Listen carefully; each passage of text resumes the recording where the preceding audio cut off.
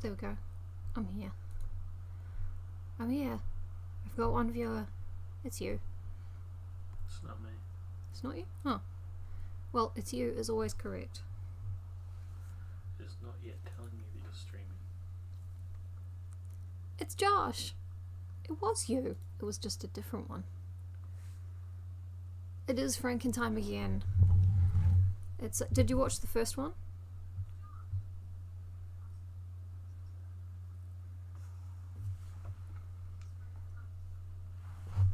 That buzz was quite loud. Oh, I can hear my own voice coming out of your headphones pretty well.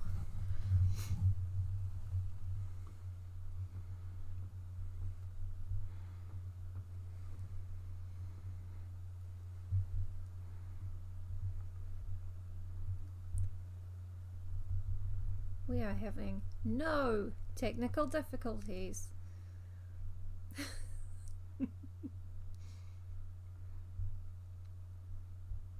We are having a normal one.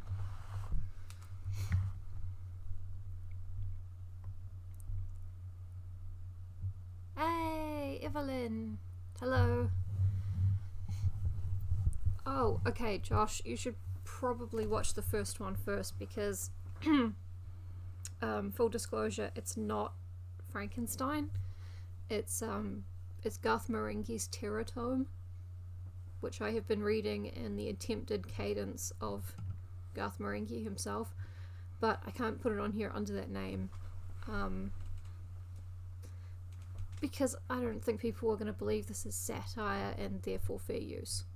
I think it's satire because it's satirizing how bad I am at doing the Garth Marenghi impression, so it's Garth Marenghi Part 1. Yes, that's his name. Now I'm wondering if they're linked. Maybe he came up with that first. Maybe he was thinking about Garth Marenghi as, you know, just a way to annoy people by mixing up Star Wars and Star Trek and spiral from there. Who knows? Or dares to dream. So I don't remember much about the first part, but it was mostly about the writer, Nick somebody, not sure, but he's Garth Marenghi, you know, who's tracked down this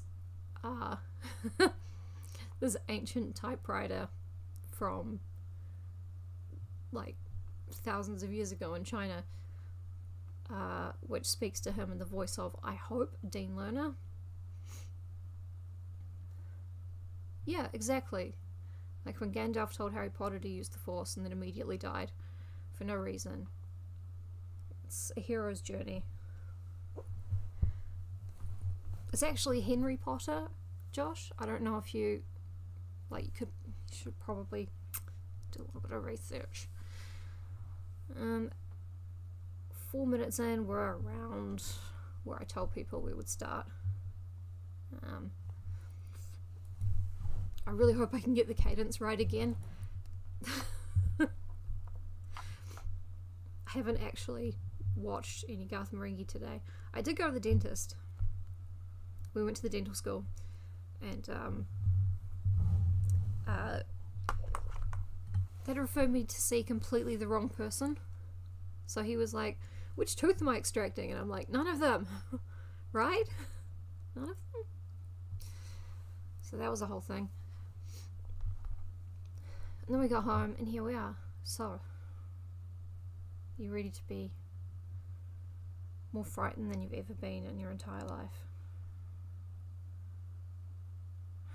Me too, but instead we're doing this. It's pretty good. Yeah, the dentist, he was like, no, I'm not really sure why we're here. Could you explain it to me? And I'm like, oh, not me, bro. Not me. Alright. These lights are just glowing like an angel. I feel like Sweet D trying to win an award.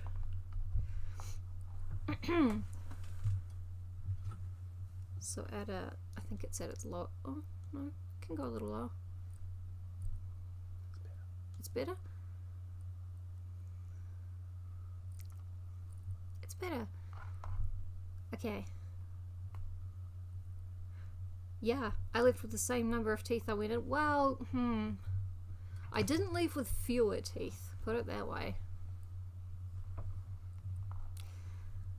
Okay, Garth Marenghi's Terror Time, beginning at 6 minutes in. Chapter 2. Danny! Oh, that's not what it says. Fuck, I fucked it up. Fuck! Garth Marenghi's Terror Time, Chapter 2. I woke, hot and sweaty in my bed. By the number of fresh salt rings accrued on my pleather sheet, I could tell it was mid-afternoon. I rose up, peeled back the soiled rubber underlining, and unclamped my nipples from the typewriter's tab plates. Hell, if Roz could see me now. I extracted what little remained of my leather briefs, which the machine had ordered me to wear. This pair had finally taken the ultimate battering, obliterated by the typewriter's frenzied all-night hammering. Yeah, I forgot to mention that the typewriter fucks him. I drew the last sheet of paper from my master, the Platen, and perused the results of our nocturnal labours. 5 paragraphs of runic symbols and a swarm of ellipses. Plus, the font had swollen from 12 point to 24 and was quietly throbbing. A hard night's work indeed. I breathed a sigh of relief that day it had finally dawned, albeit with the sun already waning, and prayed that the timer on my filter machine had kicked in.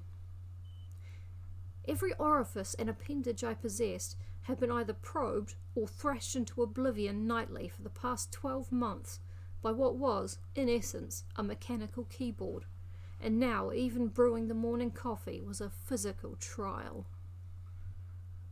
It had all begun so beautifully.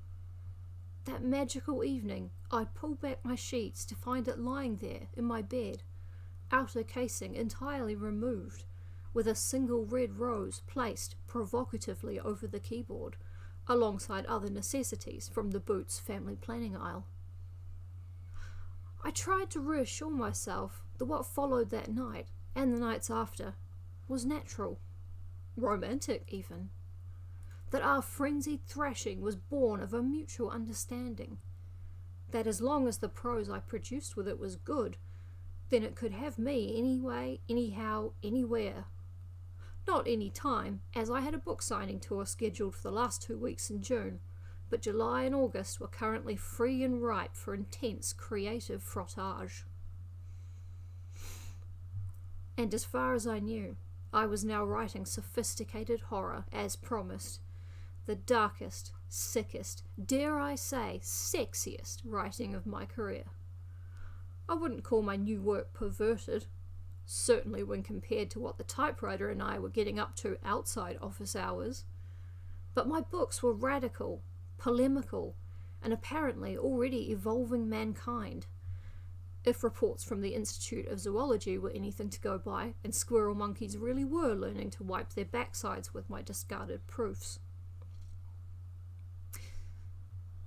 Yes, the content was heavily erotic, but as the typewriter had explained, weren't writing and making love both acts of creation? Then why not combine them?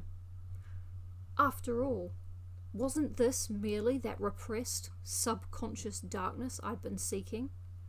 Hadn't the typewriter simply tapped into a long repressed love for my own mind? A deep, passionate lusting after my own creativity? Wasn't all this mechanical slap and tickle simply the potent, primal roaring of Nick Steen's own particular form of hellbeast? Sure, I was tired, spent, soiled, invariably humiliated, but finally I was learning to live with my internal monster. There was just one small problem. My books were no longer selling. As I caught the faint aroma of brewing coffee drifting through from the kitchen, the phone on my bedside table rang. I gave the typewriter's platen knob, sorry if I'm not saying it right, a playful squeeze to let it know I was still up for more, and picked up the receiver. "Nick Steen," I announced, horror author and visionary doomscribe. "It's me, Nick." I knew who it was. "Who's this?" I said. "It's me, Nick." "Wrong. I'm Nick. You're a stranger." "It's Roz." "Like I said, a stranger." "I know you're being brave, Nick. That deep down you're still angry I fired you, but at the end of the day, you're the one partaking in kinky liaisons with an ancient typewriter, not me." At least she was finally accepting the thing was sentient. I'd never expected Roz to embrace the notion wholesale when I first mentioned this new tool in my writing arsenal, but I presumed, being an editor, she'd be interested at the literary level, if nothing else. "Hey, Nick. Good to see you. Hey."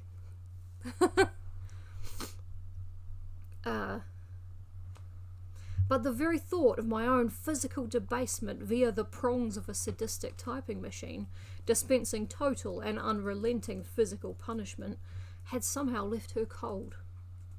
So she'd fired me. "You're a fool, Roz. Last night that machine and I plumbed untold depths of forbidden pleasure, explored uncharted ecstasies of physical suffering, achieved obscene and frankly unacceptable levels of pain-racked pleasure, though I do have to have a quiet word with it about the nipple twisting. That's delicate tissue and can cause long-term damage."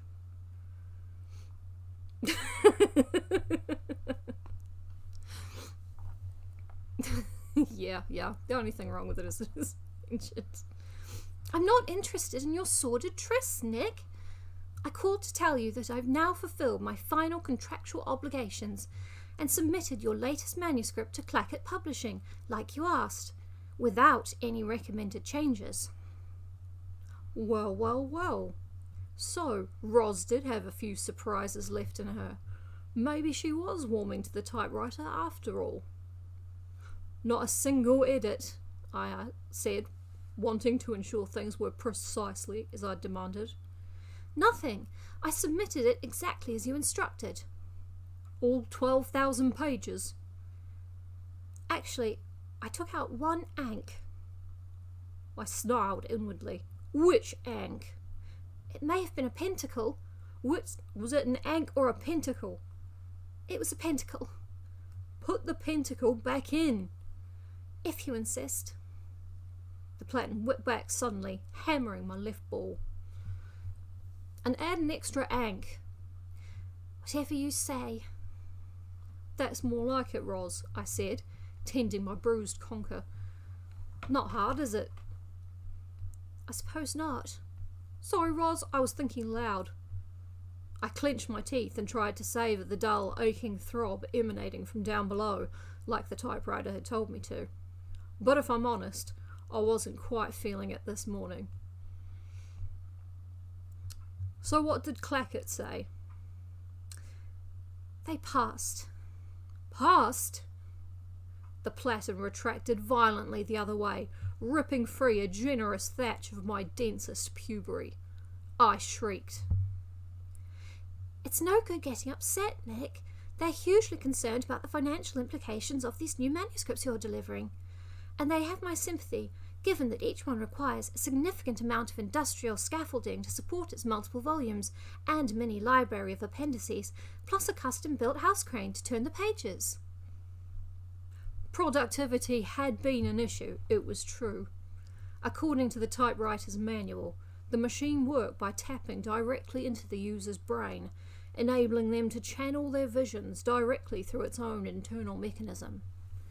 Which meant that my words, and more importantly my thoughts, could be harnessed instantly and produced at 5,000 times my usual rate. Potentially, that number might even reach infinity. Again, according to the manual, though most of it was in Chinese. "And more importantly, with your current productivity rate of one multi-volume tome each half day," Ros continued. Serious environmental questions are now being raised at head office. Such as, should Clackett be responsible for decimating the natural resources of several developing nations in order to manufacture your Daemonica flagellatum quindecimology, which has yet to earn back a single percentage of its investment, or even make it out of the factory gate? At this current rate of deforestation, Nick, you're likely to go down in history as the man who single-handedly destroyed our natural world. Did they say anything else? Just that it was cack. I nodded, sensing that this had been coming for a while now. Clackett still hadn't delivered me my author's copies, and had instead given me some bull about the book potentially compromising the structural integrity of my apartment block. Look, Ros, I said, deciding to switch on the charm. We've known each other a long time. You were there at the very beginning of my career, when I first started out with Hives, a semi-autobiographical horror thriller about a sentient skin disease. Thanks to your slight help, I soon became the pioneering voice of rasher fiction, a violent subgenre of flesh ailment-related horror novels. Within months, we'd published The Itching, Sunburner, Woe Betigo, The Shingler, Night of the Eczema-Man, Eczema-Man 2, Dermadiasis, Rosacea's Baby, The Swelling, The Burning, The Flaking, The Crusting, A Scab in the Dark, Scabman 1, Scabman 2, Return of the Scabman, Scabman 3, No Pickin', Psychoriasis, The Bleeder 1, Psychoriasis, The Bleeder 2, Psychoriasis 3, Revenge of the Fleshheads, aka Bleeder vs. Scabman. I really wanted to laugh throughout that entire thing. Psychoriasis. Geez, Ros. In just over a year, we'd each earned over £400. Of course, Nick. How could I forget? I heard it in her voice. A softening. I was getting there. Stoking memories of times past. Memories of us. Of that skin disease I'd inadvertently spread throughout Clackett with an ill-advised handshake upon signing my initial contract, which only brought us closer. We were in the same ward. We used to understand each other, Ros. We used to click. First through the overwhelming local success of my Rasher series, then via a genuine shared interest in our persistent skin conditions. Who knows where we might have ended up one day? Maybe we'd have spent long, hazily romantic afternoons at some dermatological clinic, followed by late-night, booze-fueled erotic sessions of mutual examination fantasy and itch play. Nick, I have to go. Apologies, that's the typewriter speaking. It has me looking for the erotic in pretty much everything I do these days. Look, I know you respected my writing back then, Ros, believed in my visions, however terrifyingly provocative or socially unacceptable they may have been. Yet now, when I'm breaking down genre boundaries, challenging conventional logic, evolving mankind, forcing it to face and ultimately conquer its deepest, darkest fears, you're pulling out on me for the sake of some trees. No company we've contacted can replant at a sustainable rate, Nick. Not my problem, Ros. And to be frank, I think the real issue here is that you're upset because I told you I was getting increasingly fresh with my typing implement. Because you've changed, Nick, she said, wiping away tears.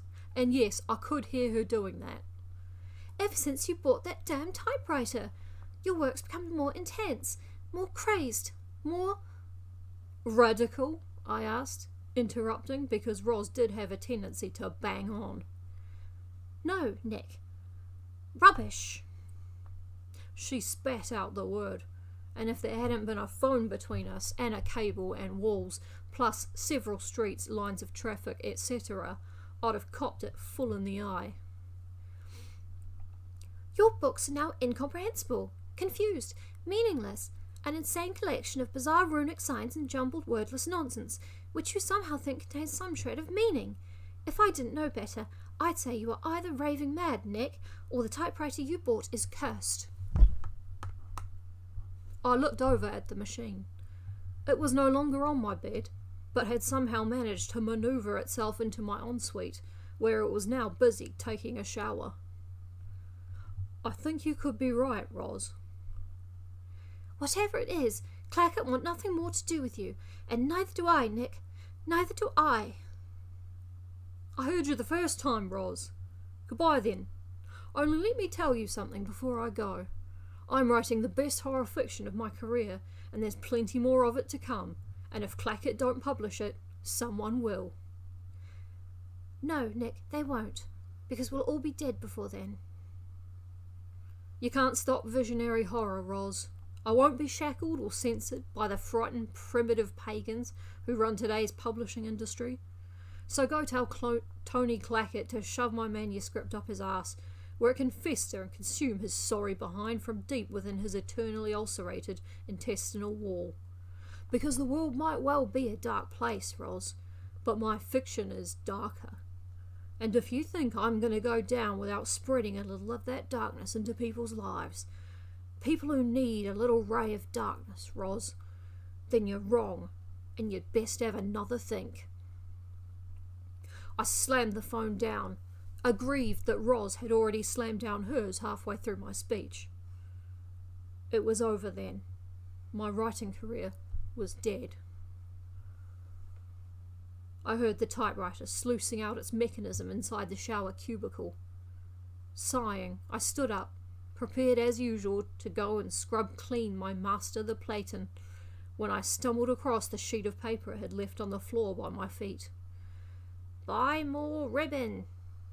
I got dressed and obeyed. And that was chapter 2.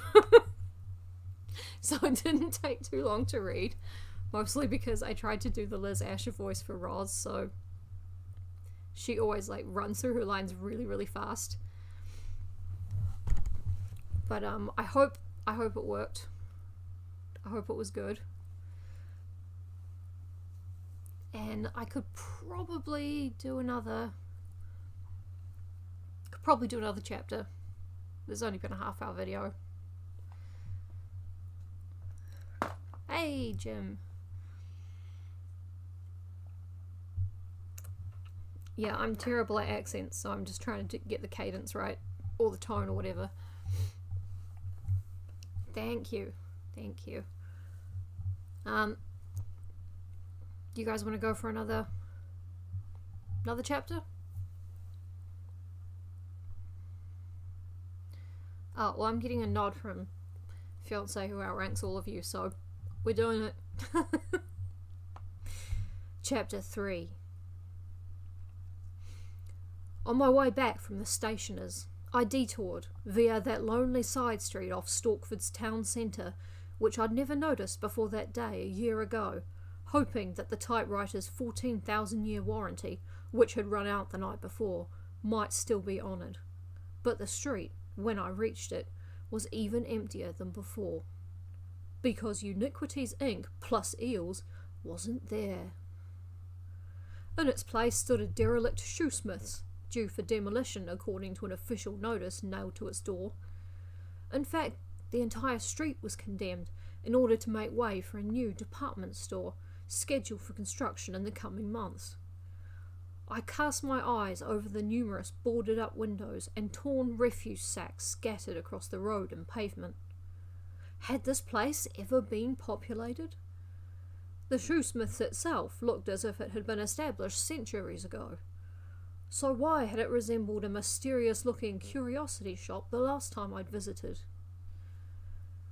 My mind began to wander, and as it did, an image flashed suddenly into my brain. The shop owner, that old man in the rubber apron who drank down eels. Moses Unique. I suddenly remembered where I'd seen his face before. But it couldn't be him, surely. It just couldn't. Could it? I cast my mind back to a memory I'd hoped would remain buried deep in my subconscious. A guilty secret I'd never once revealed to any other human being. A minor incident, really, in the grand scheme of things. As a boy, I used to deliver newspapers by hand to an elderly retired writer of occult supernatural fiction by the name of Algernon Tench.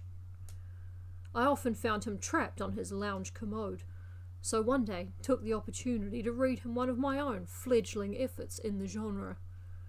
That may sound presumptuous, but I looked upon it as a kindness. An act of charity, a gentle reminder, shall we say, that time had moved on. Horror fiction had changed irrevocably since his day, and he shouldn't keep wasting everyone's time trying to stave off the inevitable.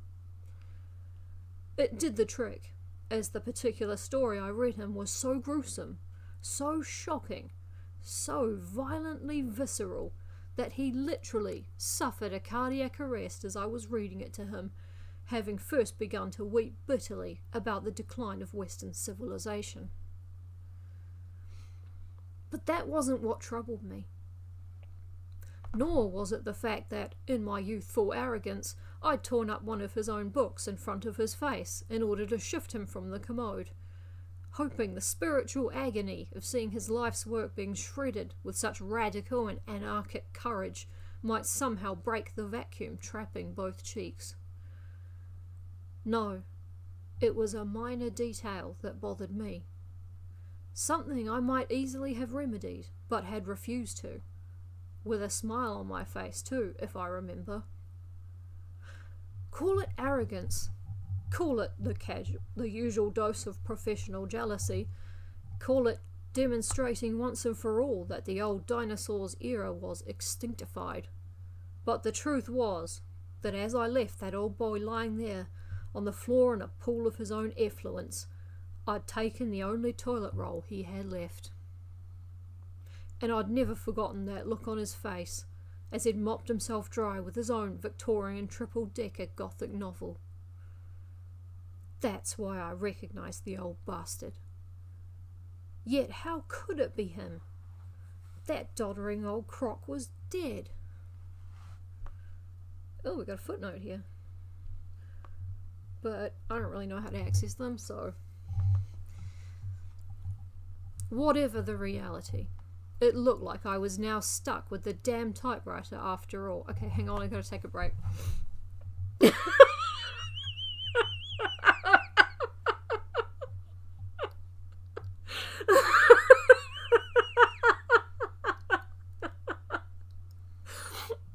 I'm sorry, I'm reading this chapter sight unseen. So I didn't know anything about the old man and his Victorian novels being ripped up in front of his face when he was trapped on a toilet in his living room.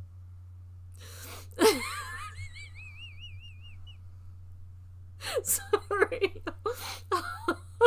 Okay, oh wow, I bet you guys are really impressed with how I did not laugh at the time. Yeah. Oh, I must be some kind of amazing professional. I'd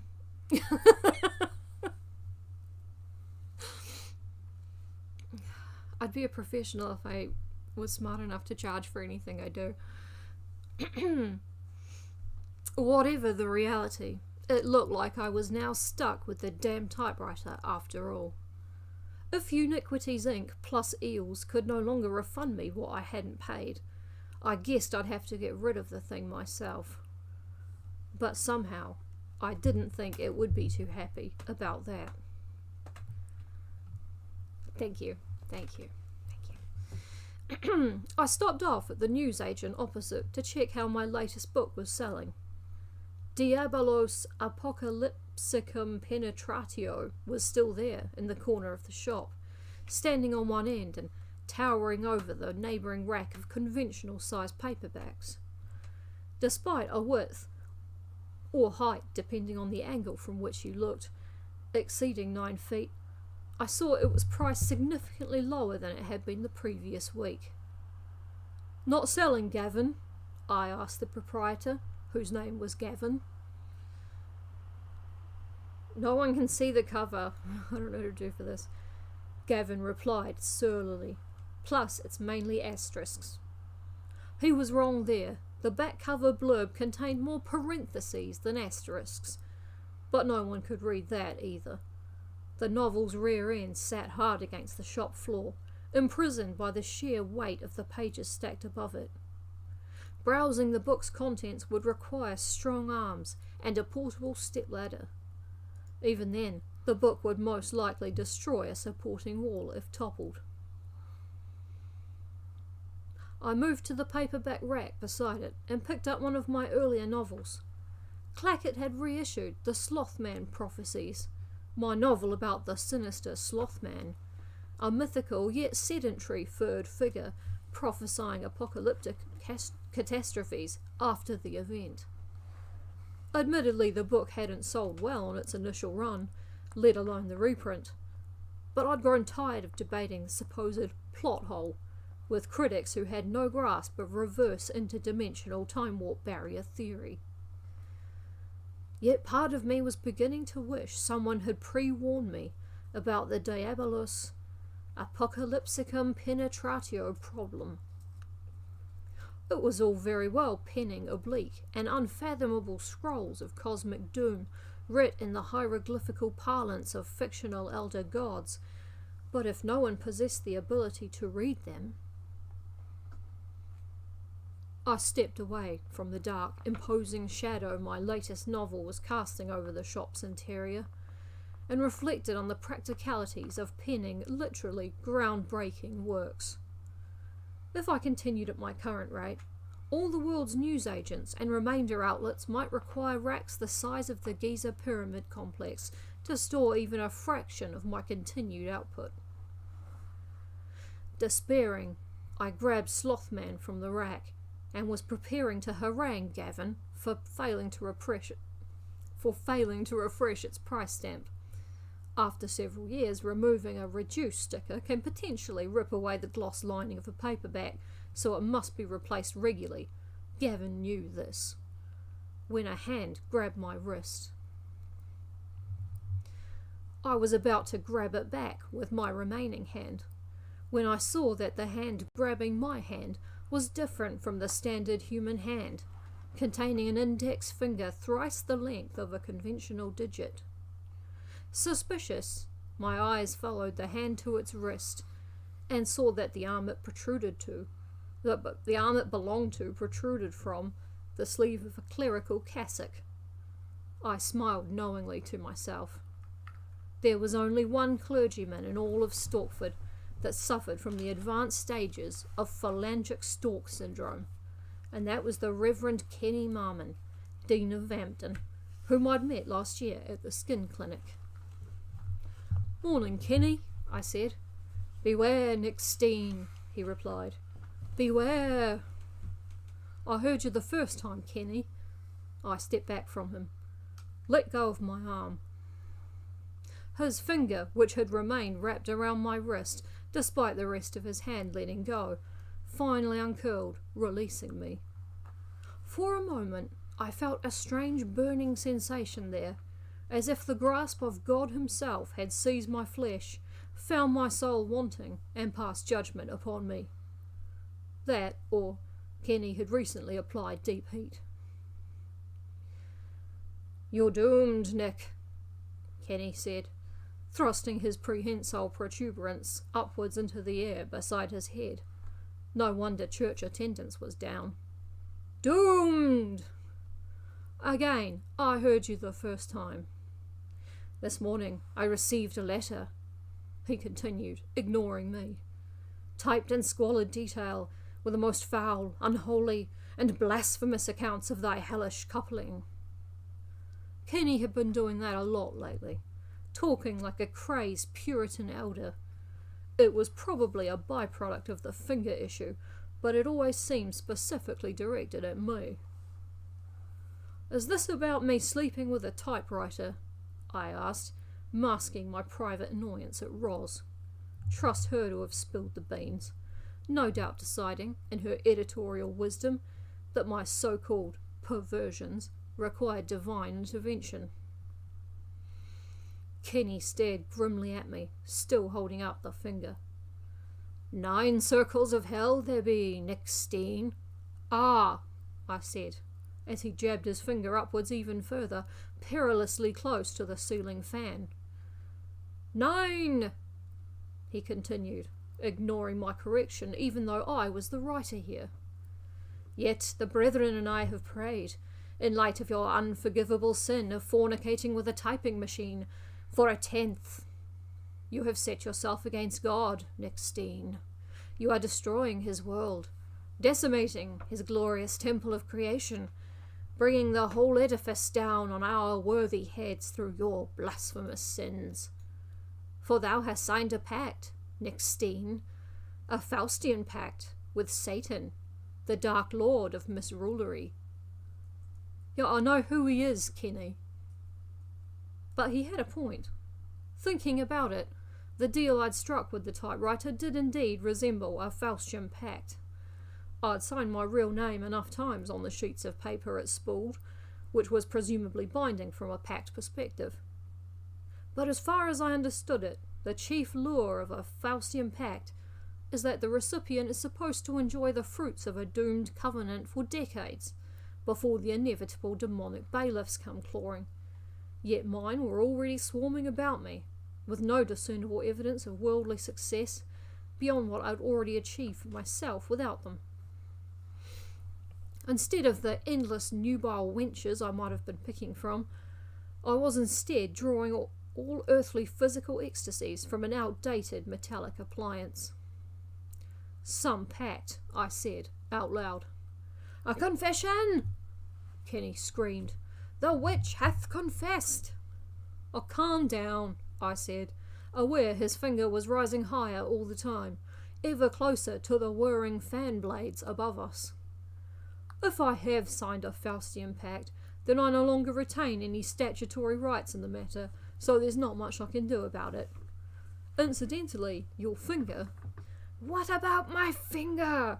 Kenny screamed, suddenly enraged. But instead of heeding the warning I was about to give him, he raised the digit even higher, intending to preach me a full sermon. Its tip struck the rotating flat fan blades overhead, shearing the distal phalanx clean off.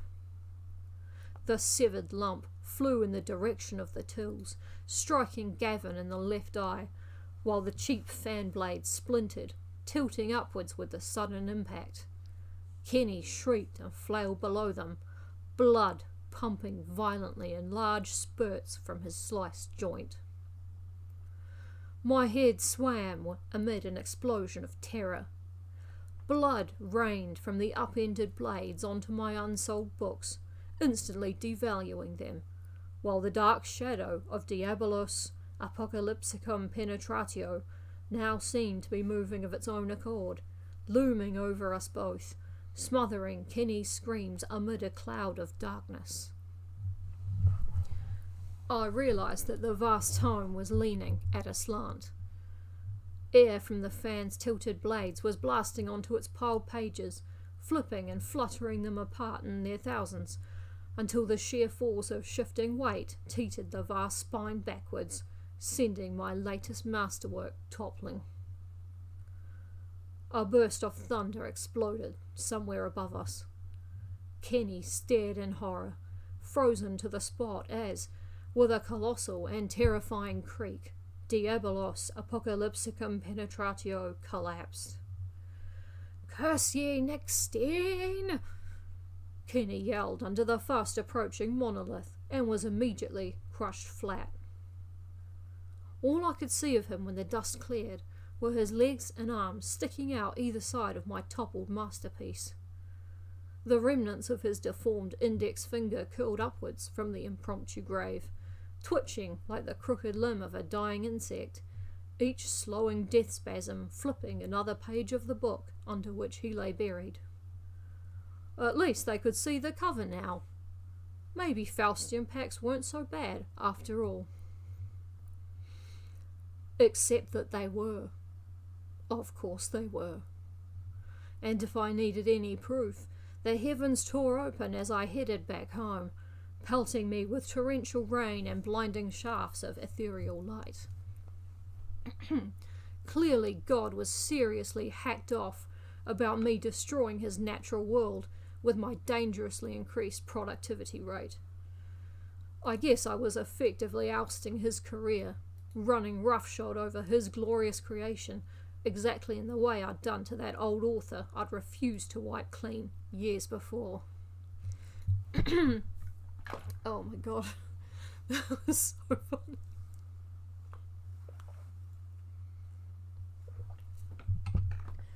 Oh, I really wanted to laugh at least they could see the cover now. The celestial maelstrom appeared to hover directly over me alone, even following me into the underpass. Yet, drenched as I was, I still paused, as I always did, on the forecourt before Hellview Heights, the imposing executive apartment block I'd made my permanent home, in order to reflect upon the astounding treasures my mind had gifted me up until now. Yet today was different. As I watched the storm clouds massed above the imposing concrete tower, its grim edifice lit frequently by great flashes of purple lightning, I realized that the heady thrill of basking in my own literary glow was now gone.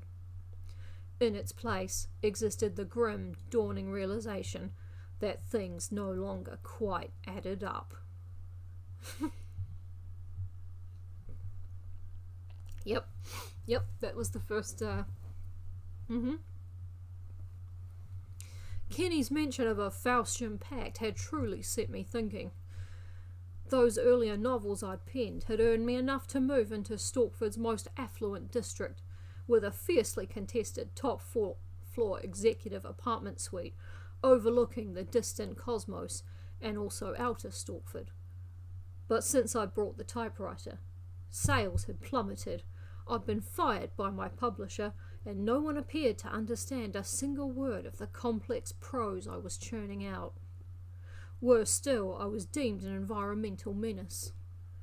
The Dark Duke of Deforestation. According to the typewriter's manual, I was meant to have secured access to the deepest, darkest abyss of my subconscious mind. Yet all I really had to show for my efforts was a fetishistic, sadomasochist interest in the thing itself, which was becoming increasingly temperamental. Things were changing for the worse, and not just in the bedroom department. Against the heavy rumble of thunder overhead came a sharp, proclamatory fanfare of trumpets. I saw his angels gathering in a flock far above me, their long, styled manes swept back over vinyl trench coats as they prepared to carry me off to some form of distant divine punishment. Unperturbed, I gave his angelic host the finger, boldly crossed the forecourt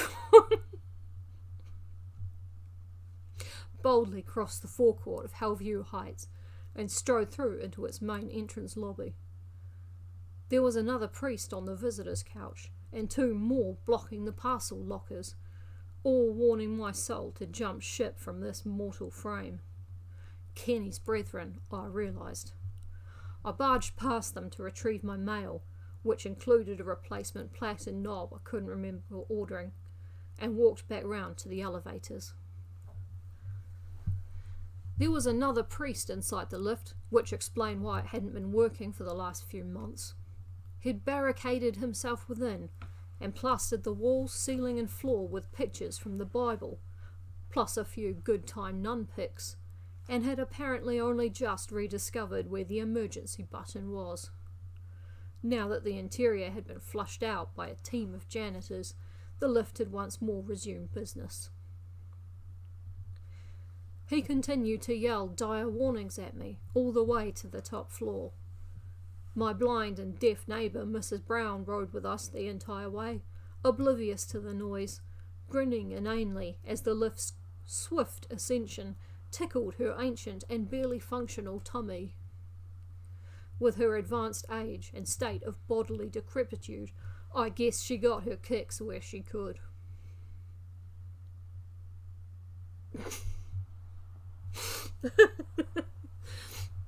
As I moved through the parting doors, a blast of sudden lightning hit the outer building, frying the lift's cheaply manufactured electrical circuits. As the elevator plunged violently downwards to the lower floors, the priest's shriek echoing back up the shaft alongside Mrs. Brown's final bout of soft chuckling, things finally grew quiet again. Something seemed to be protecting me alone from God's wrath. This is incredibly richly layered word. There's a lot going on, I think, is the understatement of this entire book. I approached the door of my apartment and let myself in.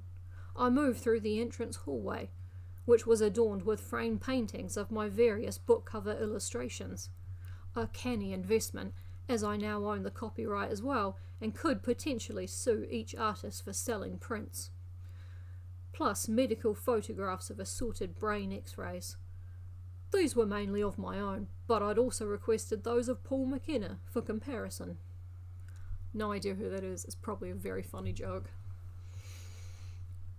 Moving through the lounge, I saw that there was a freshly brewed mug of coffee awaiting me on my desk, steam rising from its gold-plated rim.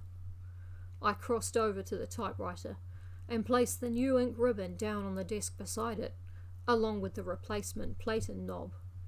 Really should have worked out how to say that word before I started reading. There was a blank page already spooled through the machine. I picked up my mug, sniffed the subtle aromas of the new, recently ground beans, blew steam from the surface and closed my eyes, preparing to savour my initial sip. When I opened them again, a freshly typed message awaited me on the spooled page. "Evening." "Evening," I replied.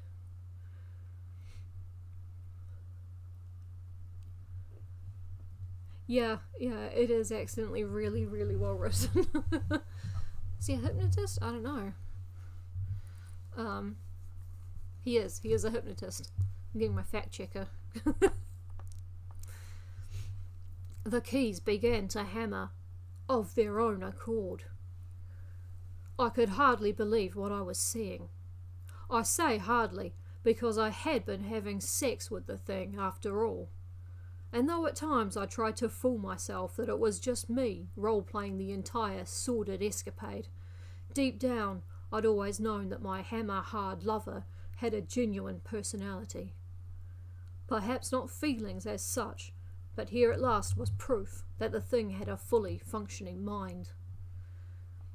"Have you eaten?" "I bought a pork pie from the spa." "You?" More hammering. "I was waiting for you." "Sorry, I got held up." More hammering. "Who is she?" "Nobody." More hammering. "Liar." "I'm telling you the truth. I got waylaid at the newsagent's." More hammering. "You bought my ribbon?" "Right here." I attached it delicately, trying not to get too aroused. It was shameful to admit it, but essential typing maintenance now caused me colossal throbbing.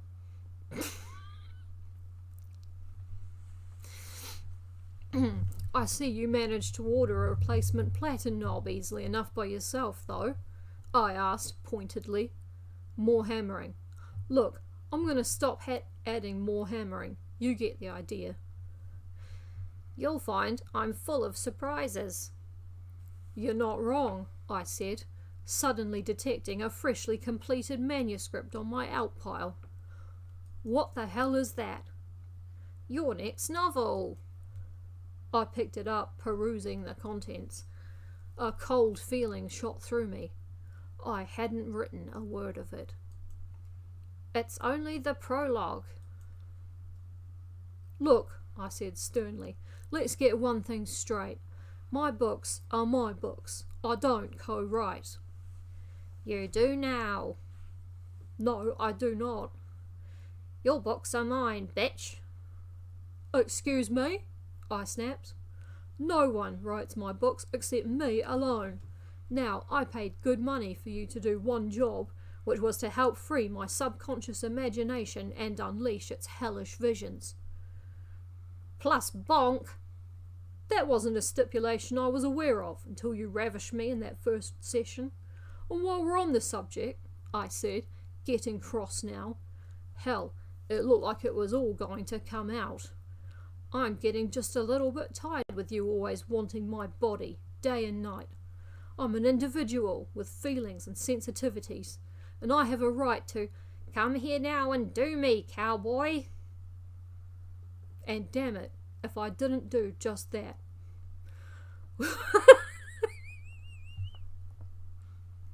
I kept it together up until cowboy.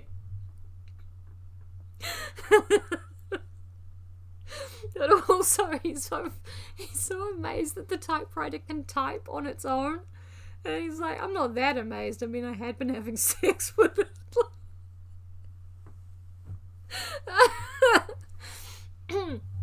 Sorry.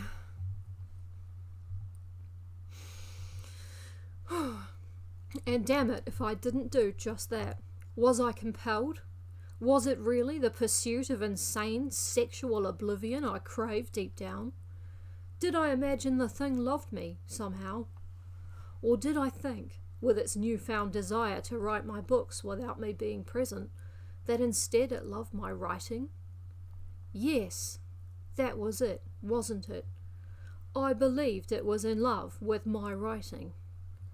Despite all evidence to the contrary, I somehow convinced myself that that mad, insane moment, that it loved and respected my words, those hellish visions forever swimming around in the primordial swamp of my inner psyche.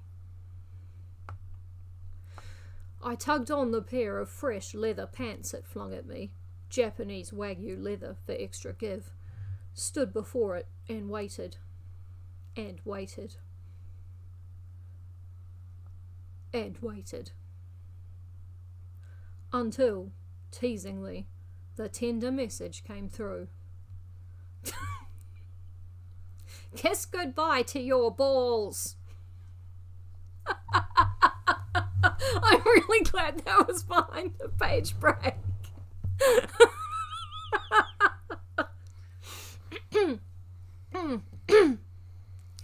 Then an explosion of light and sound. The typewriter suddenly went all crackly like a sparkler, and a mighty tornado blew the pants clean from my body in one rip, as several long, blood-flecked chains shot out from both tabular keys and pierced my chest nipples. These dragged me violently, limbs flailing towards the spacebar, catapulting me upwards over the keys to face my master, the Platin. I continued typing despite myself, as the cylindrical shaft rolled lecherously around, sucking me in, winding my exposed rod deep within the mashing mangle. Then it was back to business, another deeply sordid and socially unacceptable act of literary creation, yet one infinitely more potent, painful, and punishing than any I'd conducted before. Now I really was the typewriter's bitch. As my member meshed with metal, and the body and brain I'd surrendered finally fused with the machine's mechanical, metallic clutches, I thought suddenly of Roz, and how she'd really dodged a bullet by firing me. Howling with delirious agony, my brain's pummeled thoughts melting like hot butter between the typewriter's probing keys, I glanced down, insensate, at the mounting sheets of paper piled beside us, and the words typed upon them. Your world will be mine. Bum, bum, bum. The end of chapter 3, which was a genuine challenge, both from losing my voice a little bit and having no idea what was coming. It was the typewriter. Oh my god. Thank you guys so much. I'm not gonna read ahead because I think this is a lot more fun if I'm trying to keep a straight face throughout. I'm hearing this for the first time, and so are you, so it's kind of fun. Thank you guys so much for showing up, and don't report me to anybody. This is satire. Satire because New Zealand is doing it. Everything we do is just kind of inherently funny.